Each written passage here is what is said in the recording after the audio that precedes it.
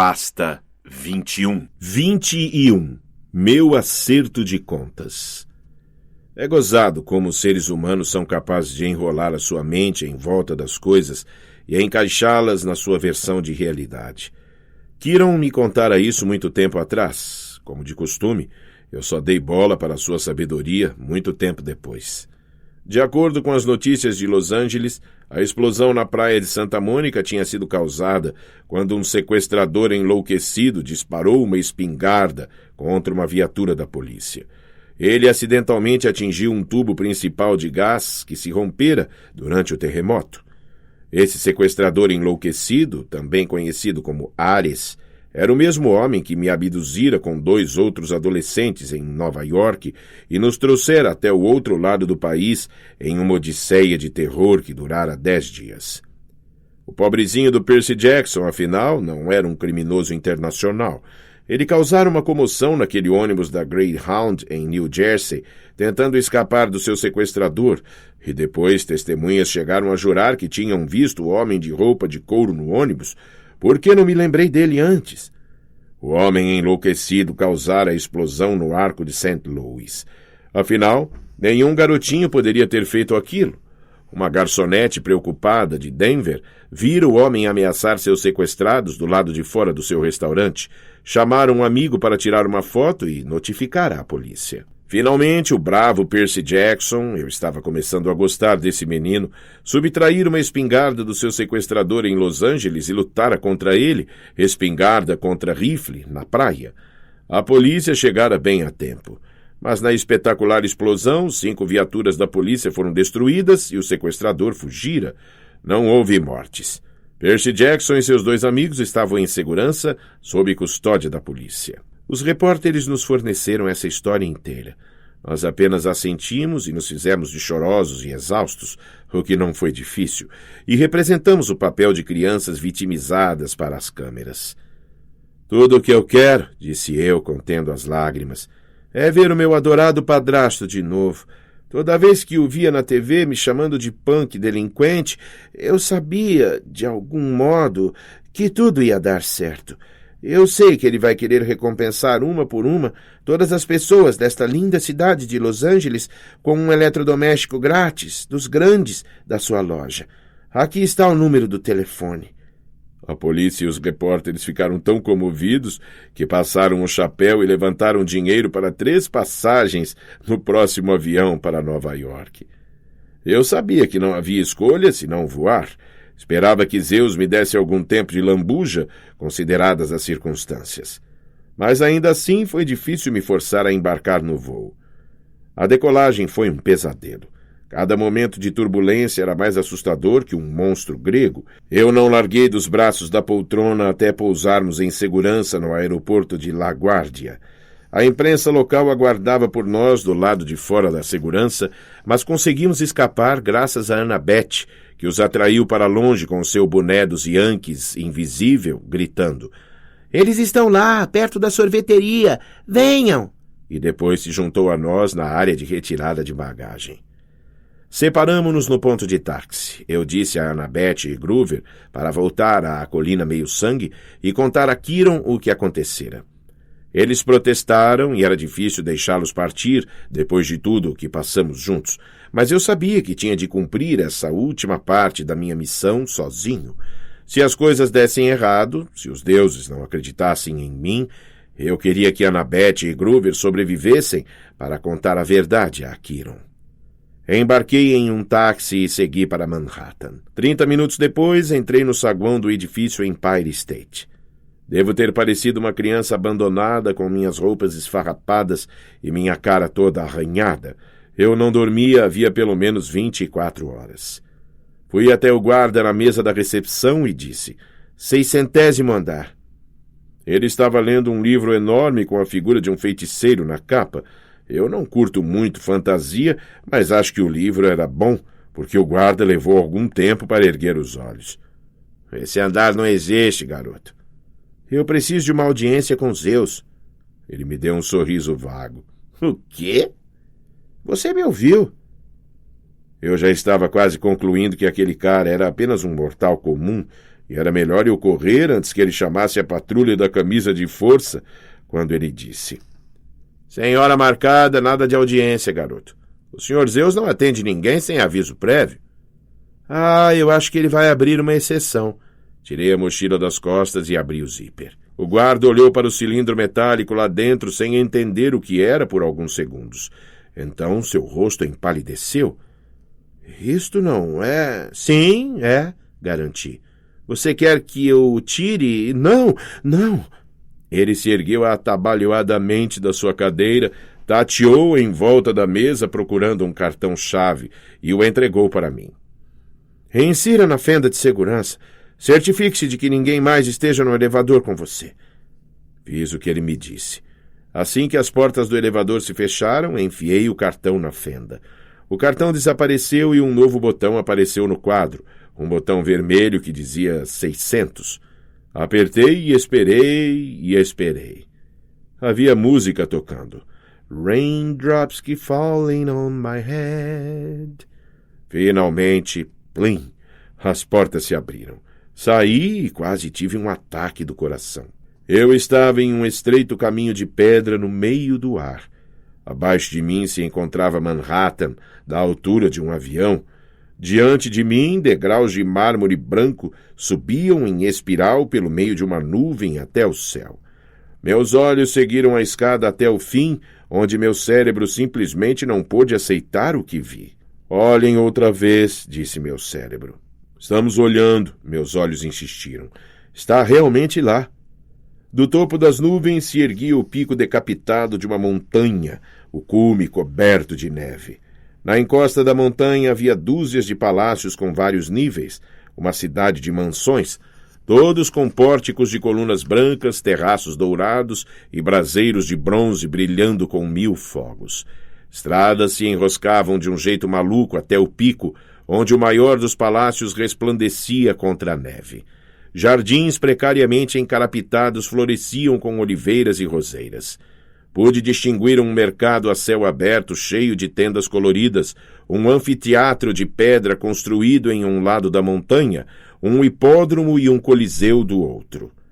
Era uma cidade grega antiga, só que não estava em ruínas. Era nova, limpa e colorida, como Atenas deve ter sido há 2500 anos. Este palácio não pode estar aqui, disse para mim mesmo. A ponta de uma montanha pendurada em cima da cidade de Nova York, como um asteroide de 1 bilhão de toneladas?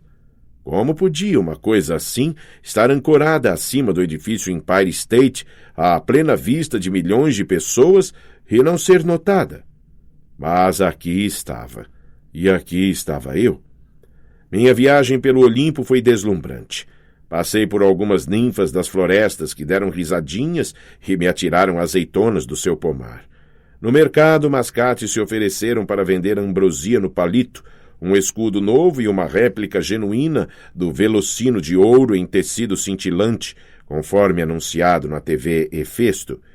As 9 musas afinavam seus instrumentos para um concerto no parque, enquanto uma pequena multidão se reunia, sátiros, náiades e um bando de adolescentes de boa aparência que talvez fossem deuses e deusas menores. Ninguém parecia preocupado com uma guerra civil iminente. De fato, todo mundo parecia estar num estado de ânimo festivo. Vários se voltaram para me ver passar e cochicharam entre si. Subi pela estrada principal rumo ao grande palácio no pico. Era uma cópia invertida do palácio no mundo inferior. Lá tudo era preto e bronze. Aqui tudo rebrilhava em branco e prata. Dei-me conta de que Hades deve ter construído seu palácio para se parecer com este. Ele não era bem-vindo no Olimpo, exceto no solstício de inverno. Então construiu seu próprio Olimpo embaixo da terra. A despeito da minha má experiência com ele, senti pena do cara. Ser banido deste palácio parecia realmente injusto. Era de deixar qualquer um amargo. Degraus levavam a um pátio central. Além dele, a sala do trono. Sala não é exatamente a palavra certa. O lugar fazia a grande estação central parecer um armário de vassouras. Colunas maciças se erguiam até um teto abobadado que era decorado com constelações que se moviam. 12 tronos, construídos para seres do tamanho de Hades, estavam arrumados em um U invertido, exatamente como os chalés do acampamento meio-sangue. Uma enorme fogueira crepitava no braseiro central. Os tronos estavam vazios, com exceção de 2 no fim, o trono principal à direita e um imediatamente à sua esquerda. Ninguém precisou me dizer quem eram os 2 deuses que estavam sentados lá, esperando que eu me aproximasse. Cheguei à frente deles com as pernas tremendo. Os deuses estavam em forma humana gigante, como Hades estivera, mas eu mal podia olhar para eles sem sentir um formigamento, como se o meu corpo estivesse começando a queimar. Zeus, o senhor dos deuses, usava um terno risca de giz azul escuro. Estava sentado em um trono simples de platina maciça. Tinha uma barba bem aparada, cinza mármore e preta, como uma nuvem de tempestade. Seu rosto era orgulhoso, belo e severo. Os olhos tinham o tom cinzento da chuva. Quando me aproximei dele, o ar estralejou e senti cheiro de ozônio. O deus sentado ao lado dele era seu irmão, sem dúvida, mas estava vestido de modo muito diferente. Lembrou-me um catador de praia de Key West. Usava sandálias de couro, bermudas caqui e uma camisa marca Tommy Bahama, toda estampada de coqueiros e papagaios. Sua pele tinha um bronzeado escuro e as mãos eram marcadas de cicatrizes, como as de um velho pescador. O cabelo era preto, como o meu. Seu rosto tinha o mesmo ar taciturno que sempre me fez ser rotulado de rebelde. Mas os olhos, verde-mar como os meus, eram rodeados de rugas que me diziam que ele também sorria muito. Os deuses não estavam se movendo nem falando, mas havia tensão no ar, como se tivessem acabado de discutir. Aproximei-me do trono do pescador e me ajoelhei aos seus pés. Pai! Não ousei olhar para cima. Meu coração estava disparado. Eu podia sentir a energia que emanava dos 2 deuses. Se eu dissesse a coisa errada, não havia dúvida de que eles poderiam me reduzir a pó. À minha esquerda, Zeus falou. Você não deveria se dirigir primeiro ao senhor desta casa, menino? Mantive a cabeça baixa e esperei. Paz, irmão, disse por fim Poseidon. Sua voz mexeu com as minhas lembranças mais antigas, aquela sensação morna de que me lembrava, de quando eu era bebê, a sensação da sua mão de Deus sobre a minha testa. O menino submete-se ao seu pai. Está certo. Então você ainda o reclama como seu? Perguntou Zeus ameaçadoramente. Você reclama esta criança que procriou contrariando o nosso sagrado juramento? Eu admiti a minha transgressão, disse Poseidon. E agora vou ouvi-lo falar. Transgressão. Senti um nó na garganta. Era isso tudo o que eu era? Uma transgressão? O resultado do erro de um deus? Eu já o poupei uma vez, resmungou Zeus, ousando voar através dos meus domínios. Eu devia tê-lo mandado pelos ares, para fora do céu pelo seu atrevimento. E correr o risco de destruir seu próprio raio-mestre? Perguntou Poseidon calmamente. Vamos ouvi-lo, irmão. Zeus resmungou mais um pouco. Ouvirei, resolveu. E então decidirei se atirarei ou não este menino para fora do Olimpo. Perseu, disse Poseidon. Olhe para mim. Fiz isso e não sei ao certo o que vi no seu rosto. Não havia sinal claro de amor ou aprovação, nada para me encorajar. Era como olhar para o oceano. Em alguns dias era possível dizer como estava o seu humor. Na maioria dos dias, no entanto, era impossível de ler, misterioso. Tive a sensação de que Poseidon, na verdade, não sabia o que pensar de mim. Não sabia se estava feliz por ter-me como filho ou não. De um modo estranho, eu estava contente por Poseidon estar tão distante. Se ele tivesse tentado se desculpar, ou dito que me amava, ou mesmo sorrido, teria parecido falso. Como um pai humano, dando alguma desculpa pouco convincente por não estar presente. Eu poderia viver com isso. Afinal, eu mesmo também não estava muito seguro a respeito dele. Dirija-se ao Sr. Zeus, menino, disse-me Poseidon. Conte a ele a sua história. Então contei tudo a Zeus exatamente como havia acontecido. Tirei da mochila o cilindro de metal que começou a fagulhar na presença do Deus do céu e o pus aos seus pés. Houve um longo silêncio, quebrado apenas pelo crepitar do fogo no braseiro. Zeus abriu a palma da sua mão. O raio voou para dentro dela. Quando ele fechou o punho, os pontos metálicos fulguraram com eletricidade, até ele ficar segurando o que parecia mais um relâmpago clássico, um dardo de 6 metros, feito de energia com centelhas chiantes, que fez os meus cabelos se eriçarem. Sinto muito que o menino diz a verdade, murmurou Zeus. Mas não é nada típico de Ares fazer uma coisa assim. Ele é orgulhoso e impulsivo, disse Poseidon. É coisa de família. Senhor? Chamei. Ambos disseram. Sim.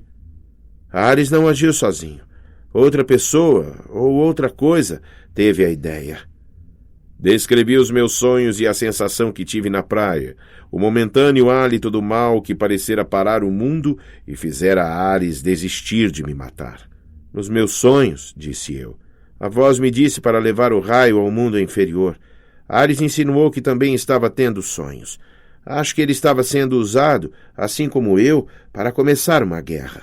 Você está acusando Hades, afinal? Perguntou Zeus. Não, disse eu. Quer dizer, senhor Zeus, eu estive na presença de Hades. A sensação na praia foi diferente. Era a mesma coisa que senti quando cheguei perto daquele abismo. Aquela era a entrada para o Tártaro, não era? Alguma coisa poderosa e maligna está se agitando lá embaixo. Alguma coisa ainda mais antiga que os deuses. Poseidon e Zeus se entreolharam. Eles tiveram uma rápida e intensa discussão em grego antigo. Só peguei uma palavra. Pai. Poseidon fez algum tipo de sugestão, mas Zeus o cortou. Poseidon tentou discutir. Zeus ergueu a mão, zangado. Não vamos mais falar disso, disse Zeus. Preciso ir pessoalmente purificar este raio nas águas de Lemnos para remover a mácula humana do seu metal. Ele se levantou e olhou para mim. Sua expressão se suavizou uma fração de 1 grau. Você me prestou um serviço, menino. Poucos heróis poderiam ter conseguido tanto. Eu tive ajuda, senhor, disse eu. Grover Underwood e Annabeth Chase. Para demonstrar minha gratidão, pouparei sua vida. Não confio em você, Perseu Jackson. Não gosto do que a sua chegada significa para o futuro do Olimpo. Mas, em nome da paz na família, eu o deixarei viver. Obrigado, senhor. Não ouse voar de novo. Não me deixe encontrá-lo aqui quando eu voltar. Ou irá provar este raio. E será a sua última sensação. Um trovão sacudiu o palácio. Com um clarão ofuscante, Zeus se foi. Eu estava sozinho na sala do trono com meu pai. O seu tio, suspirou Poseidon, sempre teve um talento especial para saídas teatrais. Acho que ele teria se saído bem como o deus do teatro. Um silêncio constrangedor. Senhor, disse eu, o que havia naquele abismo? Poseidon olhou atentamente para mim. Você não adivinhou? Cronos, disse eu, o rei dos titãs. Mesmo na sala do trono do Olimpo, longe do Tártaro, o nome Cronos escureceu o ambiente e fez o fogo no braseiro não parecer mais quente nas minhas costas. Poseidon segurou o seu tridente. Na Primeira Guerra Mundial, Percy, Zeus cortou o nosso pai Cronos em 1000 pedaços, exatamente como Cronos fizera com seu próprio pai, Uranos. Zeus lançou os restos de Cronos no mais escuro abismo do Tártaro. O exército dos titãs foi dispersado, sua fortaleza na montanha sobre o Etna, destruída, seus monstruosos aliados foram expulsos para os cantos mais distantes da terra. E, contudo, titãs não podem morrer, não mais que nós, deuses.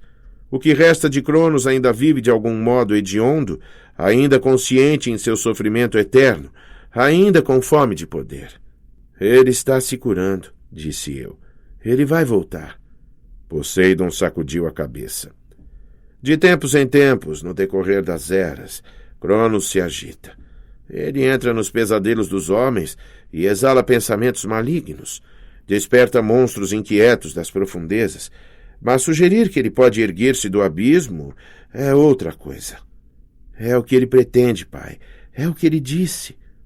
Poseidon ficou em silêncio por um bom tempo. O Sr. Zeus encerrou a discussão sobre o assunto. Ele não permitirá que se fale de Cronos. Você completou a sua missão, criança. É tudo o que precisa fazer. Mas eu me interrompi. Discutir não iria adiantar nada. Muito possivelmente irritaria o único Deus que eu tinha do meu lado. Como queira, pai. Um leve sorriso brincou nos lábios dele. A obediência não lhe vem naturalmente, não é? Não, senhor. Devo ter alguma culpa por isso, imagino. O mar não gosta de ser contido. Ele se ergueu em toda a sua altura e pegou seu tridente. Então tremeluziu e ficou do tamanho de um homem normal, em pé diante de mim. Você precisa ir, criança. Mas primeiro, saiba que sua mãe retornou. Olhei para ele completamente perplexo. Minha mãe? Você a encontrará em casa. Hades a enviou quando recuperou seu elmo. Até mesmo o Senhor da Morte paga as suas dívidas. Meu coração disparou. Eu mal podia acreditar. Você vai... Eu queria perguntar se Poseidon viria comigo para vê-la, mas então percebi que isso era ridículo. Imaginei-me embarcando com o deus do mar em um táxi e levando-o para o Upper East Side. Se durante todos aqueles anos ele tivesse desejado ver minha mãe, teria visto. E também era preciso pensar que Gabe cheiroso estava lá. Os olhos de Poseidon ficaram um pouco tristes. Quando você voltar para casa, Percy, precisará fazer uma escolha importante. Irá encontrar um pacote esperando por você no seu quarto. Um pacote? Você entenderá quando o vir. Ninguém pode escolher o seu caminho, Percy. Você terá de decidir. Assenti, embora sem saber o que ele queria dizer. Sua mãe é uma rainha entre as mulheres, disse Poseidon saudosamente. Não conheci nenhuma mulher mortal como ela em 1000 anos. Ainda assim, sinto muito por você ter nascido, criança. Eu trouxe para você um destino de herói, e um destino de herói nunca é feliz. Não passa de um destino trágico. Tentei não me sentir magoado. Ali estava o meu próprio pai, dizendo que sentia muito por eu ter nascido. Eu não me importo, pai. Ainda não, talvez, disse ele. Ainda não. Mas foi um erro imperdoável da minha parte. Vou deixá-lo, então. Eu me inclinei, desajeitado. Não vou incomodá-lo. De novo. Eu estava a 5 passos de distância quando ele chamou. Perseu! Eu me virei. Havia uma luz diferente em seus olhos, um tipo flamejante de orgulho. Você se saiu bem, Perseu. Não me entenda mal. O que quer que ainda faça, saiba que você é meu. Você é um verdadeiro filho do Deus do mar. Enquanto eu caminhava de volta pela cidade dos deuses, as conversas se interromperam. As musas pararam seu concerto. Pessoas, sátiros e náiades, todos se voltavam para mim, os rostos plenos de respeito e gratidão, e quando eu passava, eles se ajoelhavam, como se eu fosse algum tipo de herói. Peguei um táxi para o apartamento da minha mãe, toquei a campainha e lá estava ela, minha linda mãe, cheirando a hortelã e alcaçuz, e o cansaço e a preocupação se evaporaram do seu rosto assim que ela me viu. Percy! Graças a Deus! Oh, meu querido! Ela me apertou até não poder mais. Ficamos no vestíbulo enquanto ela chorava e passava as mãos pelos meus cabelos. Eu admito, meus olhos também ficaram um pouco nublados. Eu tremia de tão aliviado que estava por vê-la. Ela me contou que simplesmente aparecera no apartamento naquela manhã, deixando Gabe meio fora de si, de tão apavorado. Não se lembrava de nada desde o Minotauro e não pôde acreditar quando Gabe lhe disse que eu era um criminoso procurado, viajando pelo país e explodindo monumentos nacionais. Ficara louca de preocupação o dia inteiro porque não ouvira as notícias. Gabe a forçara a ir trabalhar, dizendo que ela precisava de 1 mês de salário para compensar, e era melhor começar. Engoli a raiva e contei-lhe minha própria história. Tentei fazer que parecesse menos apavorante do que fora, mas não era fácil. Estava justamente chegando à luta com Ares, quando a voz de Gabe irrompeu da sala de estar. Ei, Sally, aquele bolo de carne já está pronto ou não, hein? Ela fechou os olhos. Ele não vai ficar muito feliz em vê-lo, Percy. A loja recebeu 1 milhão de telefonemas de Los Angeles hoje. Alguma coisa sobre eletrodomésticos grátis. Ah, sim. Quanto a isso... Ela conseguiu sorrir fracamente. Só não o deixe ainda mais zangado, certo? Venha. No mês em que estive fora, o apartamento se transformara em Gabilândia. Havia lixo no tapete até a altura dos tornozelos. O sofá tinha sido estofado de novo com latas de cerveja. Meias e roupas de baixo sujas estavam penduradas nos abajures. Gabe e 3 dos seus amigos cretinos estavam sentados à mesa jogando pôquer. Quando Gabe me viu, o charuto caiu da boca. A cara dele ficou mais vermelha que lava.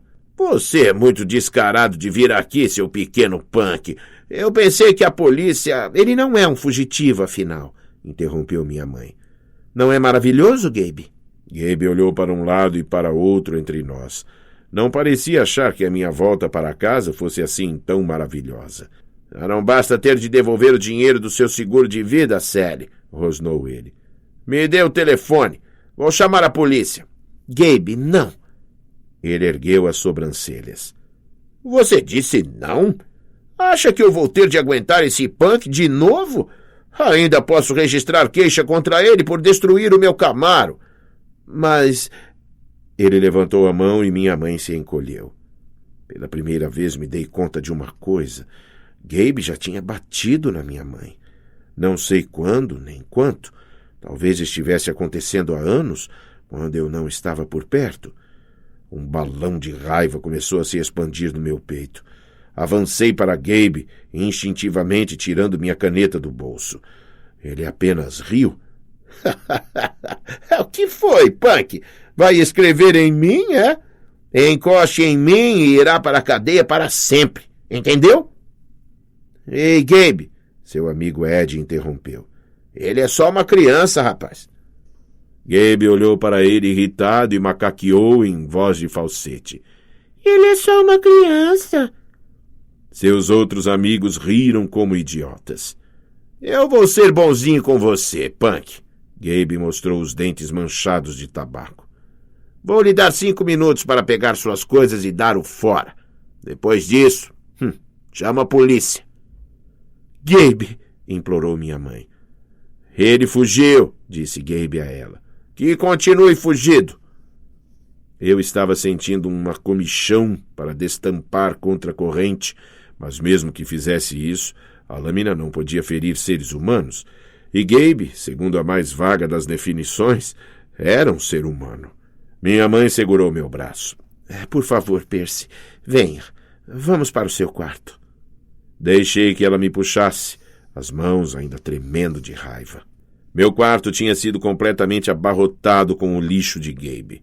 Havia pilhas de baterias velhas de carro, um buquê apodrecido de flores de solidariedade, com um cartão de alguém que assistira sua entrevista com Barbara Walters.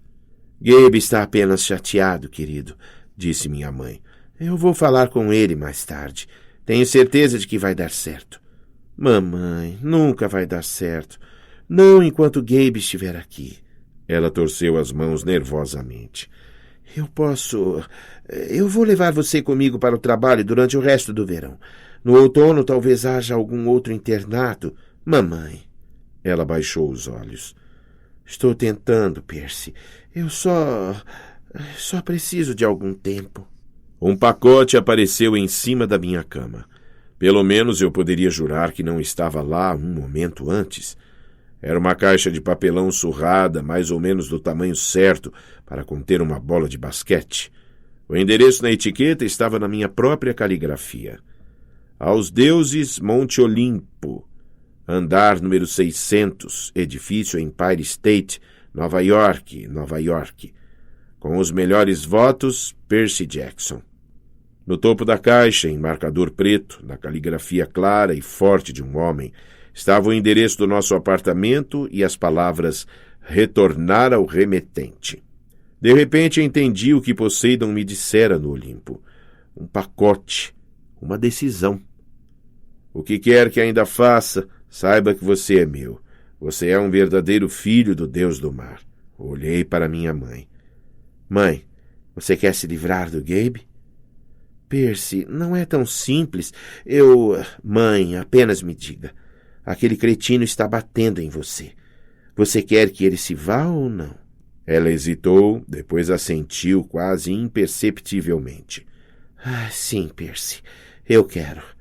E estou tentando reunir coragem para dizer a ele. Mas você não pode fazer isso por mim. Você não pode resolver os meus problemas. Eu olhei para a caixa. Eu podia resolver o problema dela. Queria abrir aquele pacote, botá-lo sobre a mesa de pôquer e tirar o que havia dentro. Podia começar o meu próprio jardim de estátuas bem ali na sala de estar. É o que um herói grego faria nas histórias, pensei.